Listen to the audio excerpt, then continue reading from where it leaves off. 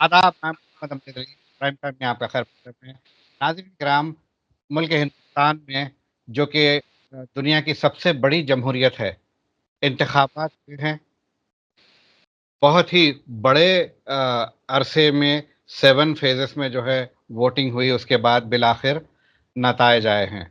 तो इतनी बड़ी डेमोक्रेसी, इतनी बड़ी की के नताइज जो आए हैं, तवक्कुआत से बिल्कुल हट के है। एग्ज़िट पोल्स किए गए थे, जो कि ये बता रहे थे कि एनडीए प्योर मेजॉरिटी से जीत जाएगी, मगर ऐसा नहीं हुआ।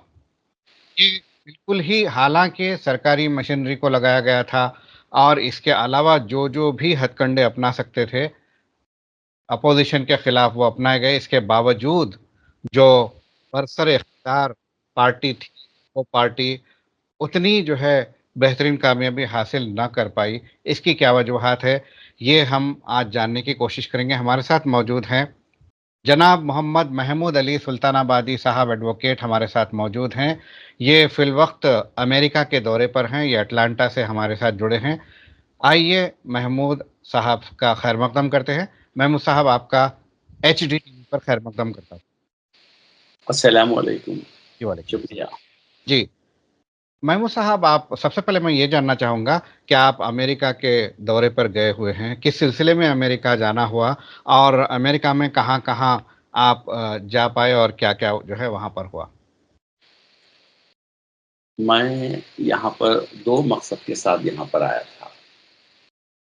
मेरा एक मकसद क्या है, यहाँ पर अ, मेरे 2 बच्चे यहाँ पर रहते, जी, लड़की और लड़का। एक कैलिफ़ोर्निया में है और दूसरे अटलांटा में।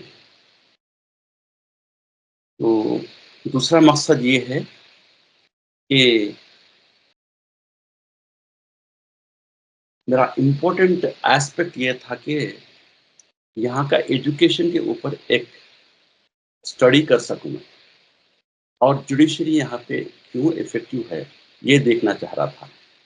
ये कैलिफ़ोर्निया में देखा मैं, शिकागो में देखा, नॉर्थ ऑफ अमेरिका और अब ईस्ट ऑफ अमेरिका अटलांटा में देख लूँ। जी, एक अच्छा मौका मिला, यहाँ का एजुकेशन सक्सेसफुल रहने की वजह से वजह क्या है, क्यों अमेरिका लैंड ऑफ अपॉर्च्युनिटी बन सकी, ये चीज़ और क्यों ये लोग ऑर्गेनाइज़्ड हैं, क्यों दुनिया पे हावी होके हैं, क्यों इनके नोबेल प्राइज़ के अगर नंबर देखें हम, ओलंपिक्स में इनका नंबर देखें, तो नंबर 1 है ये लोग। इसकी जी, वजह क्या है, ये जानना चाह रहा था मैं। ओके, तो उसमें काफ़ी हद तक मैं समझने की कोशिश किया यहाँ पर और कई स्कूल्स और कई यहाँ पे जो कोर्स हैं, यहाँ पर मैं गया और देखा। ये रहा मेरा मेन मुद्दा यहाँ पे आने के लिए। माशाल्लाह, माशाल्लाह। इस तरह से अगर रिसर्च के लिए अगर आप बैरून ममालिक जाते हैं, तो ये मुल्क हिंदुस्तान के लिए बड़ी खुशाइन बात है। यहाँ आप वो प्रैक्टिसेस लाएँगे और वो प्रैक्टिसेस अगर यहाँ रहेंगे, तो यहाँ की जो जुडिशरी है, उसके उसकी बेहतरी के लिए आप काम करेंगे। जुडिशियल रिफ़ॉर्म्स की जो है मुमकिनात इसमें मौजूद हैं। बहुत अच्छे, माशाल्लाह। अब मैं आता हूँ अ, हिंदुस्तान के इंतखाबात और उसके नताइज के ताल्लुक से आपसे सवाल पूछता हूँ। सबसे पहले मैं ये पूछना चाहूँगा, जो नताइज इलेक्शंस 2024 के आए हैं, ये नताइज क्या पेश करते हैं? इसको किस तरह से हमें समझना चाहिए? बहुत अच्छा सवाल है आपका, अमजद साहब। देखिए, पहले इसको जवाब देने से पहले ये समझना चाहिए कि फ्री एंड फेयर इलेक्शन हुआ क्या? हुँ, ये नंबर 1 सवाल है। नंबर बिल्कुल। नंबर 2 क्या है? ट्रांसपेरेंसी जो होना चाहिए, वो ट्रांसपेरेंसी हम देखे क्या? जी। ये नंबर 2 है। हुँ, नंबर 3 ये है कि इसमें कोई किसी को डाउट आ रहा क्या? अगर डाउट आए तो रूल ऑफ लॉ यहाँ पे काम करा या नहीं? ये जी, 3 चीज़ें हम नंबर स्टेटमेंट जो भी है, जो स्टैटिस्टिकल डाटा हमको मिला, उस स्टैटिस्टिकल डाटा से अगर हम तज्जिया कर लिए तो हम समझ सकते हैं। तो चलो हम ये जो नंबर्स हैं सबके सामने हैं। जी, बीजेपी अकेली 240 सीट्स को पा सकी और कांग्रेस को 99 सीट्स आए। जी, ये 240 सीट्स, मेयर 240 सीट्स के ऊपर, इसके बलबूते के ऊपर ये गवर्नमेंट नहीं बना सकती। हुँ, तो इसलिए ये अपने अलायंस पार्टनर्स जो भी हैं एनडीए के, इसके साथ मिलकर इसका नंबर हो गया 292। जी, 292 में 28 सीट्स ऐसे हैं जो तेलुगु देशम और जेडीयू दोनों मिलकर एनडीए को दिए। हुँ, इसका मतलब ये हुआ, अगर जेडीयू और तेलुगु देशम पार्टी दोनों मिलकर अगर बीच में ये लोग इन दोनों के बीच में नाइतफाकी आ गई समझिए, तो सीधा ये हंग पार्लियामेंट बोल, तो ये मेजॉरिटी जो मैंडेट होना चाहिए वो मैंडेट इनको नहीं मिलता है। ठीक है। वो कहते 292 से माइनस आप 28 कर लीजिए, हुँ, तो सीधा आपको 264 नंबर, सीट नंबर वहां पे हम देख सकते हैं। जी, 264 number is not enough to form a government. जी, तो ऐसे ये बैलेंस है क्या, इम्बैलेंस है क्या, let us see once again. ठीक, ये तो number, whatever the number is received, that we are discussing it. ठीक, अब ये देखेंगे कि 2014 में, 2019 में एंड 2024 में बीजेपी का वोट शेयर कैसा रहा। हुँ, क्योंकि ये इससे कहीं कि पता चलता कि ये सही है या गलत है। ये समझने के लिए पहले हम ये देखना चाहिए कि election commission of India hmm, declare ये की 65.79 परसेंटेज वोटिंग हुई। हुँ, कहाँ पर? पूरे टोटल इंडिया में, हुँ, राइट। तो अब ये जो टर्नआउट है, वोटर टर्नआउट, हुँ, वोटर टर्नआउट आके आपको कितना हुआ यहाँ पे, टोटल आके 65 परसेंटेज हुआ। से हुँ, 65.79 तो 66 परसेंटेज हुआ। जी, जी, ओके। अब देखेंगे कि 31 परसेंटेज वोट शेयर बीजेपी को 2014 में मिला, हुँ, राइट। बिल्कुल, 2019 में 37 परसेंटेज मिला, हुँ, इंक्रीज हुआ। जी, जब 2014 में 282 सीट्स आए थे, हुँ, 2019 में 303 सीट्स आए थे, जी, राइट। हुँ, अब कितने हैं इनको? 36.56 बोल के बोले। इसे जो अब जो चेंज करा, मैं हुँ, देखा बोर्ड देखा, हुँ, उसमें 36.56 बोल के बोला। हुँ, तो हाउ कम 36.56 को परसेंटेज के लिए, वोट शेयर के लिए 240 सीट्स ये लोगों को आए। हुँ, ओके। जी, इसका मतलब क्या हुआ? जब वोट शेयर बढ़ रहा तो नंबर ऑफ सीट्स बढ़ रहे, बढ़ना चाहिए। बढ़ना चाहिए, हुँ, बढ़े भी जी, 2014 में, 2019 में। मगर अब की बार नहीं हुआ ऐसा। अब की बार क्यों नहीं हुआ?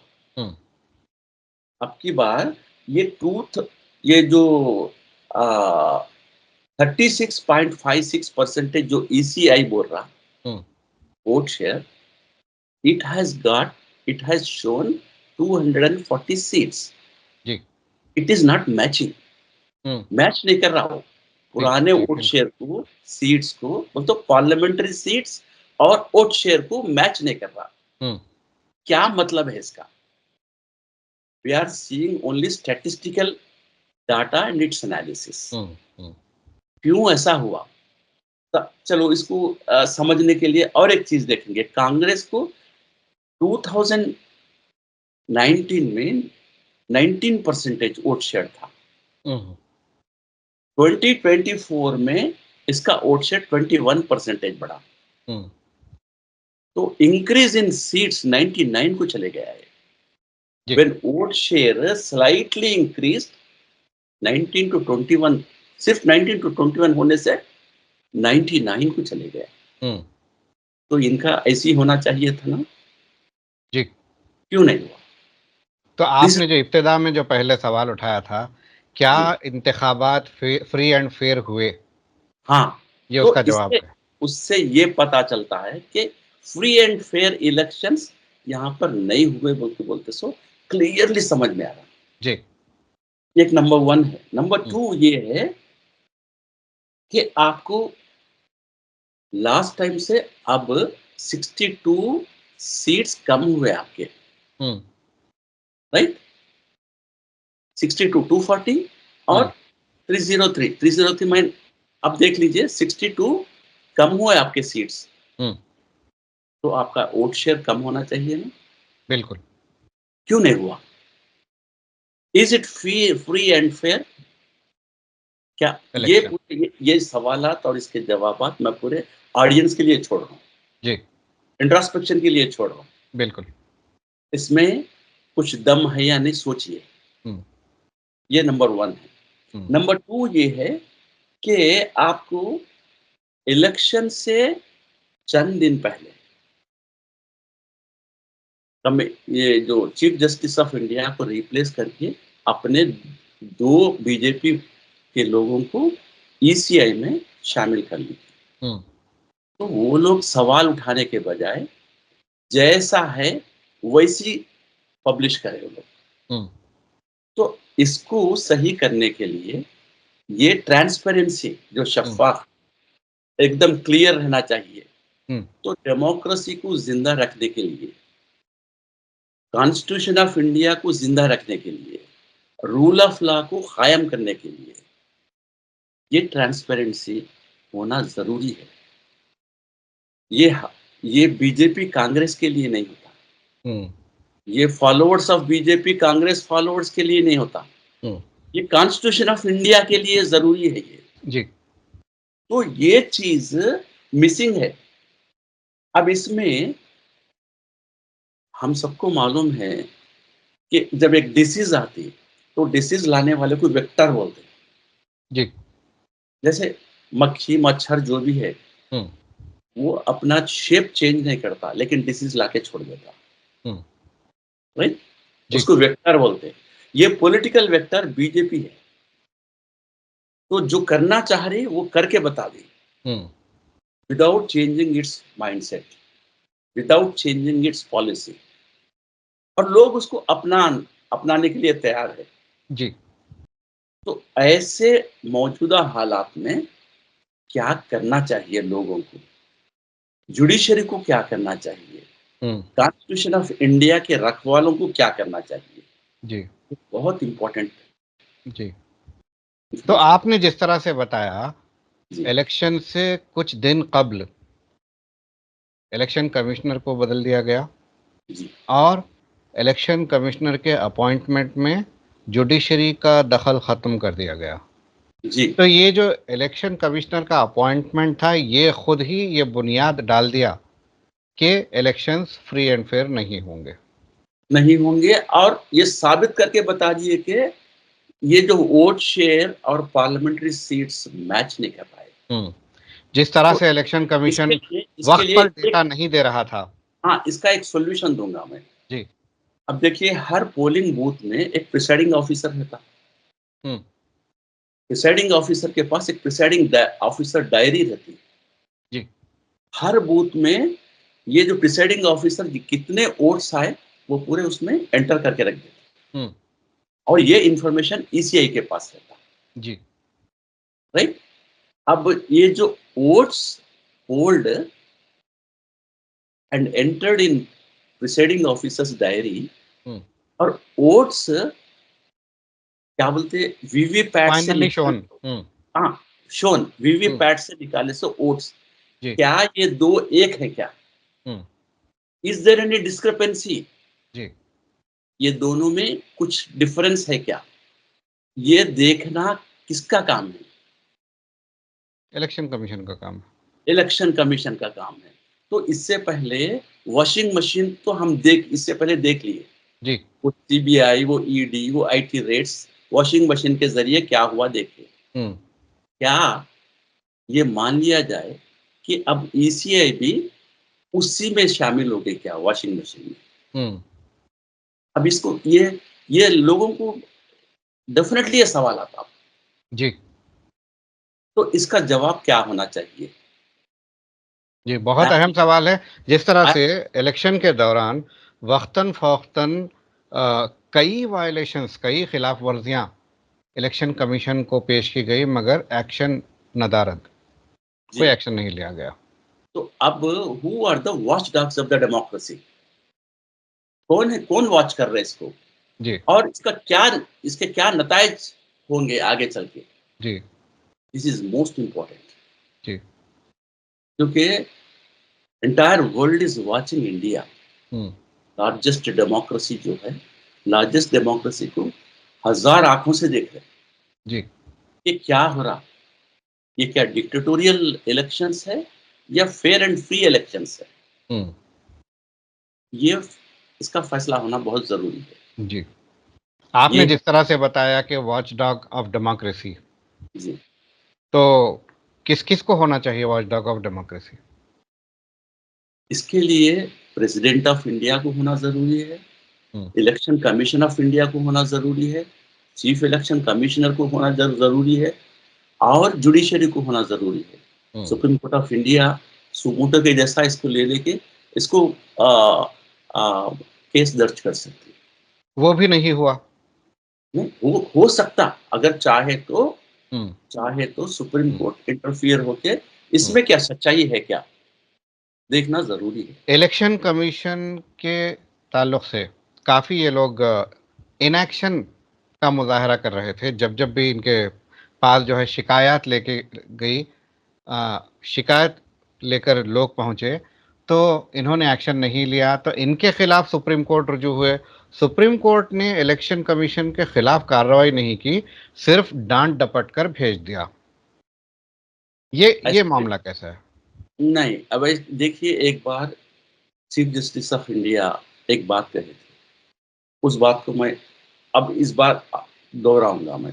हुँ, now it is the turn of the people to protect the constitution and its people, the country बोल के बोले। बहुत बड़ी मगर वो बात है। भी तो कर सकते थे ना? हाँ, वो भी कर सकते थे लेकिन जुडिशरी अब कितनी जुडिशरी डर में है, under the grip of fear है, हुँ, ये भी जानना बहुत ज़रूरी है।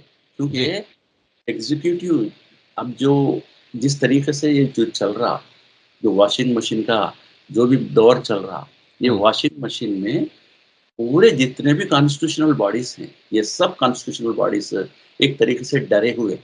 हुँ, तो ये चीज़ को भी मानना ज़रूरी है।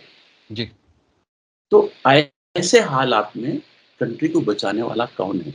जी, बहुत अच्छा सवाल आपने किया है और जिस तरह से आपने बताया कि चीफ जस्टिस ऑफ इंडिया ने कहा कि अब ज़िम्मेदारी आवाम की है, लोगों की है कि जमहूरियत का तहफ़्फ़ुज़ करें।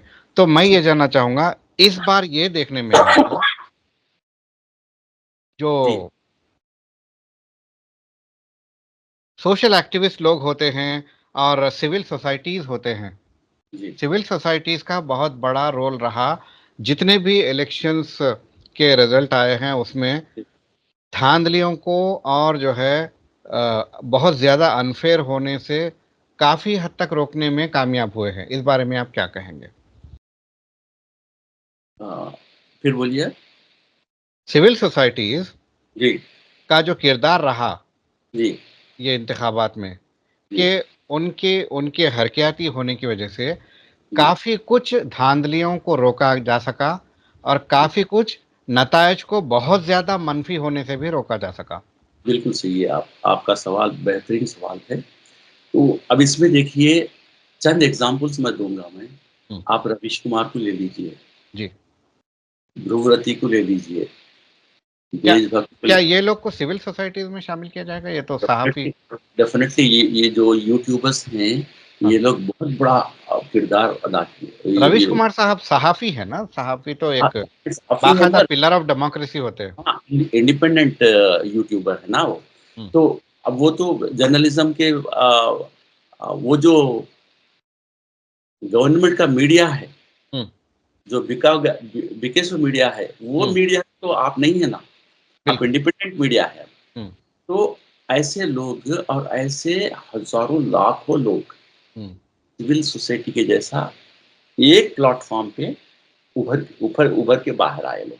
जी, तो ये इनका इनके आने से पूरे देश को, पूरे लोगों को, स्पेशली आप अगर रिज़ल्ट्स देखें, आप मौजूदा प्रेज़ेंट रिज़ल्ट भी अगर देखें आप, हुँ, 50% का result in favour of the India alliance के ऊपर, जी, और रिमेनिंग 50% ऑफ इंडिया अलायंस के ऊपर आपको हुँ, आप साफ-साफ नज़र आ रहा है। हुँ, तो इसका मतलब क्या हुआ? इंडिया दोनों में डिवाइड हो गया। 50% सिविल सोसाइटी अगेंस्ट ऑटोक्रेसी के, ये जो डिक्टेटोरियल गवर्नमेंट है उसके खिलाफ उठी, जी, और इस तरीके से उनका नंबर कम हो गया, जैसा ये लोग अपना मेजर रोल प्ले करें। हुँ, सिविल सोसाइटी का उठना और सिविल सोसाइटी का काम करना, यहाँ पर लोग ही एक पार्टी के जैसा उभरे। हुँ, कांग्रेस पार्टी को बाजू हटा दो, हुँ, सिविल सोसाइटी की वजह से ये नंबर गिर गया। हुँ, अब जो नंबर जो 240 आया, हम जो बोल रहे हैं, हुँ, जो इलेक्शन कमीशन ऑफ इंडिया बोल रही, उसमें भी प्रॉब्लम्स है। हुँ, तो वो 240 होता या नहीं होता, आने वाला ज़माना बताएगा। हुँ, तो अब जो सिविल सोसाइटी है, ये सिविल सोसाइटी का किरदार फर्स्ट टाइम इन इंडिया, हुँ, कभी ऐसा नहीं हुआ कि कंप्लीट जो वॉशिंग मशीन को एक्सपोज़ करे, हुँ, हार्स ट्रेडिंग को एक्सपोज़ करे, पोलराइज़ेशन को एक्सपोज़ करे, और हर किस्म से जितने प्रॉब्लम्स ये लोग क्रिएट करें, वो पूरे प्रॉब्लम्स को एक्सपोज़ करने में सिविल सोसाइटी आगे रही। जी, वो सोशल मीडिया के ज़रिए। जी, उनके व्हाट्सएप यूनिवर्सिटी रहने पर भी उसके व्हाट्सएप यूनिवर्सिटी को कुछ नहीं करे जैसा उसको डिफीट करके बताया। जी, तो ये इट्स अ ग्रेट मूवमेंट है ये। जी, we must appreciate all those members, those people who are against constitution of India.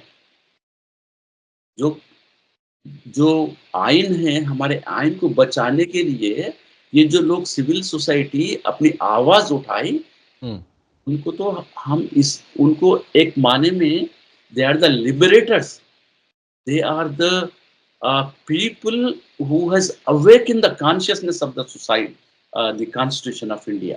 जी, ऐसे लोगों को तो मैं तो बोलूँगा कि इन सबको, ये जो 50% जो जो रिज़ल्ट्स के हिसाब से बता रहा हूँ मैं, हुँ, हुँ, इन लोगों को एक प्लेटफ़ॉर्म होके एक होना बहुत ज़रूरी है। आगे-आगे इनकी जो मनमानी पॉलिटिक्स है उसको रोकने के लिए, जी, ये जो आप उनको अ, हिंदू मुस्लिम में नहीं बाँट सकते। हुँ, क्यों नहीं बाँट सकते? क्योंकि मेजॉरिटी, देखो यहाँ पर मेजॉरिटी अगर आप बहुत डेप्थ में जाके देखें, हर छोटा कैस्ट, हर छोटा ट्राइब एक माइनॉरिटी है। वो जी, हिंदू हो, क्रिश्चियन हो, मुस्लिम हो। हुँ, तो ये पूरे इंडिया तमाम, अगर सही इंटरप्रिटेशन अगर हम करें, हुँ, तो India is a minority representative tribes, caste, religions. जी, ये मेजॉरिटी डोमिनेटेड जो फिलॉसफी, मेजॉरिटी फिलॉसफी जो लाके सामने बता रहे, हुँ, it's a totally failure philosophy. हुँ, कि आप एक रेड्डी को देख लीजिए, they are minority in themselves. हुँ, आप एक ब्राह्मण को देख लीजिए, दे आर माइनॉरिटीज़। जी, पर ब्राह्मिन्स, वो लोग कितने लोग हैं? वैसे आप किसी एक कैस्ट को ले लीजिए, हिंदू कैस्ट में कितने जितने हैं, उन लोगों को ले लीजिए। हुँ, तो माइनॉरिटी डोमिनेटेड कंट्री में 50% लोग आगे आके हुँ, कॉन्स्टिट्यूशन ऑफ इंडिया को प्रोटेक्ट कर लिए, जी, तो कितनी बड़ी बात है। ये चीज़ बहुत सोचना बहुत ज़रूरी है। जी। और बहुत अच्छी दूसरी बात कही आपने कि चूँकि अब वक़्त जो है ख़त्म हुआ चाहता है, मैं जी, आखिरी सवाल पूछकर आपको ये प्रोग्राम को समेटना चाहूँगा कि आपने जो बहुत अच्छी बात कही कि जो मेजॉरिटी कार्ड खेला गया हकीकत में मेजॉरिटी नहीं है, ये लोग माइनॉरिटी है, क्योंकि कास्ट में, सेक्स में बटे हुए हैं। तो मगर इसके बावजूद एक ऐसा मजहबी कार्ड खेला गया और ऐसा मजहबी जहर फैलाया गया। ये 2014 से पहले से चल रहा है। 2000 के बाद तो हुकूमत में आने के बाद ये तहरीक तेज़ हो गई। आपने मीडिया सेल की बात की, आईटी सेल की बात की।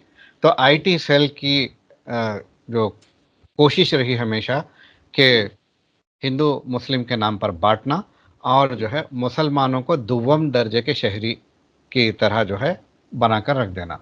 तो ये जो जहर इतने अरसे में फैलाया गया, क्या ये जहर जहनों में से निकाला जा सकता है?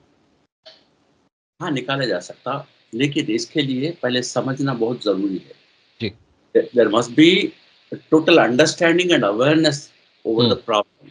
जी। ये प्रॉब्लम को समझने की ताकत अगर नहीं है इंसानों के पास, हम्म। इसके पास नहीं है, तो जी। ये प्रॉब्लम को हल नहीं कर सकते। हम्म। इसके लिए मैं एक बुक बोलूँगा मैं आपको, हम्म। ये बैंड बुक है।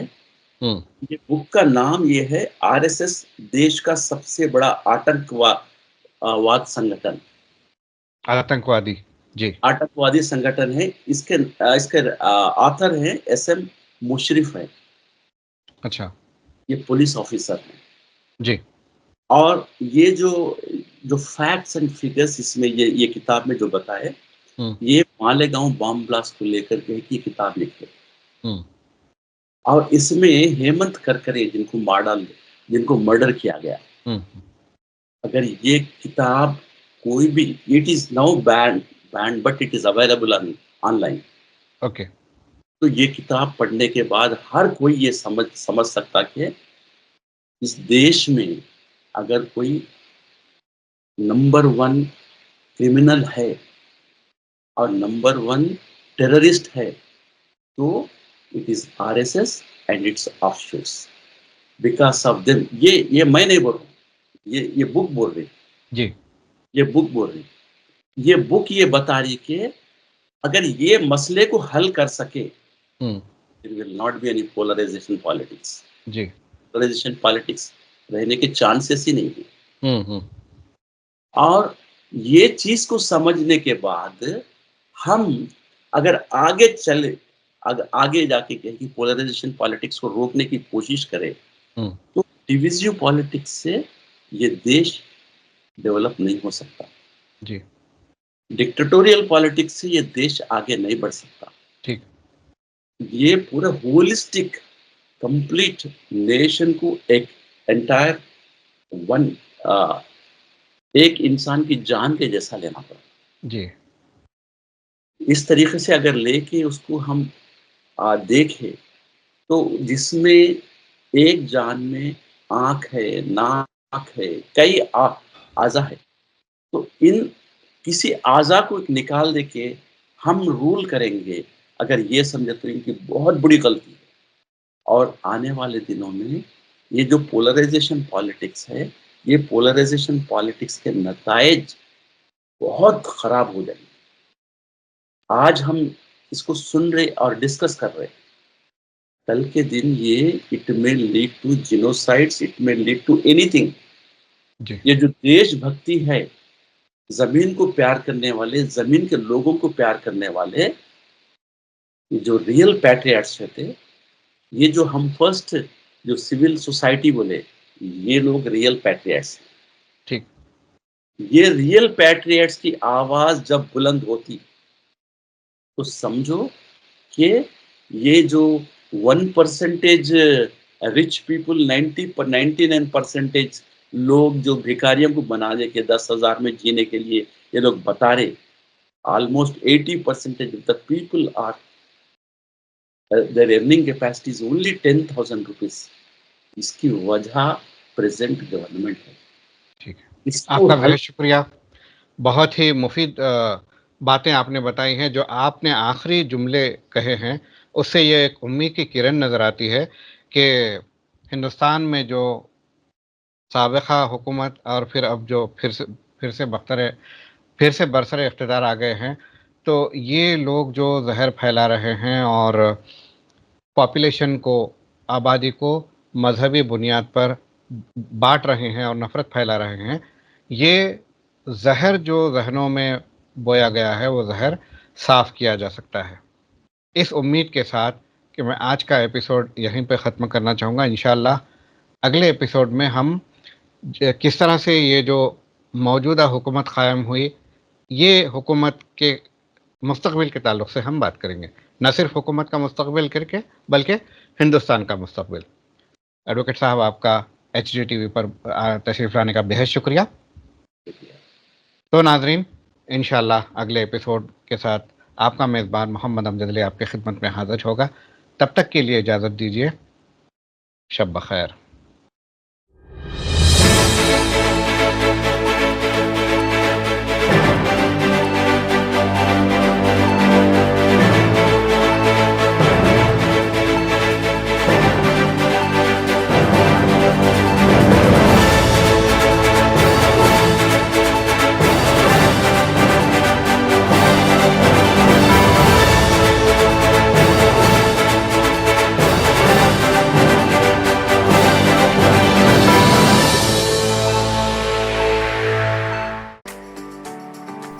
Medina school, best academic faculty, बेहतरीन डिसिप्लिन, जहां तालीम भी और तरबियत भी।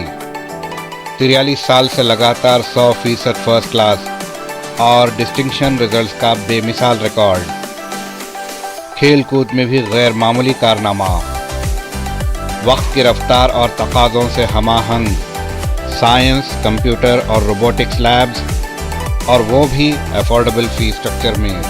एडमिशन्स के लिए कांटेक्ट कीजिए 9100441445 या 6304148143 पर। Himayat Nagar for boys and girls, Nampally for girls and boys up to 5th standard. Madina schools, Himayat Nagar और नामपल्ली, हैदराबाद।